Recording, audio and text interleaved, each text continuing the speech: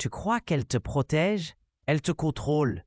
Cette institution que tu visites chaque mois, qui garde ton argent et te sourit derrière son comptoir, elle ne travaille pas pour toi. Elle travaille contre toi. Et aujourd'hui, je vais te montrer exactement comment ton établissement bancaire s'enrichit pendant que ton pouvoir d'achat s'évapore, et surtout comment reprendre le contrôle de tes finances. Salut, c'est encore moi derrière ce tableau blanc. Et si tu cherches des réponses honnêtes sur l'argent, tu es au bon endroit. Pendant les prochaines minutes, on va décortiquer ensemble un système que très peu de gens comprennent vraiment. Un système qui transforme ton épargne en machine à profit pour d'autres. Commençons par une question simple. Combien tu gagnes sur ton compte épargne? 2%? 1%? Peut-être même moins? Maintenant, regarde l'inflation. Cette année, elle tourne autour de 5%. Tu vois le problème? Pendant que tu crois faire fructifier ton argent, tu perds en réalité 3 à 4% de pouvoir d'achat chaque année. Ton argent fond comme une neige au soleil. Mais ta banque, elle, ne perd rien. Au contraire, elle prend ton argent, le prête à d'autres à des taux bien plus élevés et empoche la différence. C'est ce qu'on appelle la marge d'intermédiation. Toi, tu reçois des miettes. Elle se gave du gâteau entier et ce n'est que le début. Parlons maintenant de quelque chose que ta banque préfère garder dans l'ombre, les frais cachés. Ces petites lignes discrètes sur tes relevés que tu ne remarques même plus. Frais de tenue de compte, commission sur les virements, coûts de carte bancaire, pénalités pour découvert. Une étude récente montre qu'un Français moyen paie plus de 300 € de frais bancaires par an. Tu veux un exemple concret? Prenons mes frais de découvert. Ta banque te facture généralement entre 15 et 20% d'intérêt annuel sur ton découvert autorisé.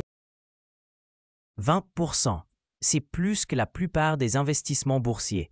Et si tu dépasses ton découvert autorisé, là, c'est l'hécatombe. Les agios peuvent grimper jusqu'à 25%, plus les frais de dossier, plus les commissions d'intervention. En quelques jours, tu peux te retrouver avec des centaines d'euros de pénalités. Mais attendez, ça devient encore plus pervers. Ta banque analyse tes habitudes de consommation en temps réel. Elle sait exactement quand tu risques d'être en difficulté. Et devine quoi? Au lieu de t'aider à éviter le découvert, elle optimise ses systèmes pour maximiser les frais qu'elle peut te prélever. C'est un algorithme de profit qui travaille contre toi 24 heures sur 24. Maintenant, parlons crédit. Ah, le crédit. Cette solution miracle que ta banque te propose avec le sourire. Tu veux une voiture? Un crédit. Tu veux partir en vacances? Un crédit. Tu veux rénover ta maison? Un crédit. La banque transforme chacun de tes désirs en opportunités de profit à long terme. Prenons un exemple simple. Tu empruntes 20 000 € sur 5 ans à 4%. Tu penses payer 4% d'intérêt? Erreur. Tu vas payer plus de 2 000 € d'intérêt au total. Mais ce n'est pas tout. Ajoute l'assurance emprunteur, obligatoire bien sûr, les frais de dossier, les garanties. Au final, ton crédit de 20 000 € te cofflettera près de 24 000 €. 4 000 € de profit pur pour la banque. Et le plus vicieux dans tout ça, l'effet psychologique du crédit. Il te donne l'illusion du pouvoir d'achat immédiat, mais il t'enchaîne financièrement pour des années. Chaque mensualité qui sort de ton compte réduit ta capacité d'épargne future. Tu deviens dépendant du système bancaire pour financer ta vie. Voici ce qui se passe réellement. Pendant que tu rembourses tes crédits et que tu paies tes frais, ta banque utilise ton argent pour investir. Elle place tes dépôts sur les marchés financiers, dans l'immobilier, dans des obligations d'État. Elle diversifie ses investissements et génère des rendements bien supérieurs à ce qu'elle te reverse. C'est ton argent qui travaille pour enrichir la banque, pas toi. Les banques françaises affichent des profits records année après année. Plusieurs milliards d'euros de bénéfices nets. Cet argent vient d'où? De toi, de moi, de tous leurs clients qui croient naïvement que la banque travaille dans leur intérêt. Mais il y a pire. Ta banque utilise ton profil financier pour te catégoriser. Si tu es identifié comme un client à faible revenu ou avec des difficultés occasionnelles, elle va adapter sa stratégie. Plus de propositions de crédit coffleteux, plus de produits financiers avec des frais cachés, moins d'accès aux meilleurs placements. C'est un système à deux vitesses où les riches deviennent plus riches et les autres s'appauvrissent. Et pendant ce temps, que fait ta banque avec ses énormes profits? Elle les redistribue à ses actionnaires sous forme de dividendes. Elle investit dans de nouveaux produits financiers complexes. Elle finance des projets qui n'ont rien à voir avec tes intérêts. Ton argent alimente une machine qui t'exclut de ses bénéfices. Alors, comment reprendre le contrôle? Première étape, comprendre que tu n'es pas obligé de subir ce système. Les alternatives existent et elles se développent rapidement. Les néobanques révolutionnent le secteur. Elles proposent des comptes sans frais cachés, des cartes gratuites, des taux de change équitables. Certaines reversent même une partie de leurs profits à leurs clients. Elles utilisent la technologie pour réduire leurs coûts et répercuter ces économies sur toi. Deuxième stratégie, diversifier tes comptes. Ne mets pas tous tes œufs dans le même panier bancaire.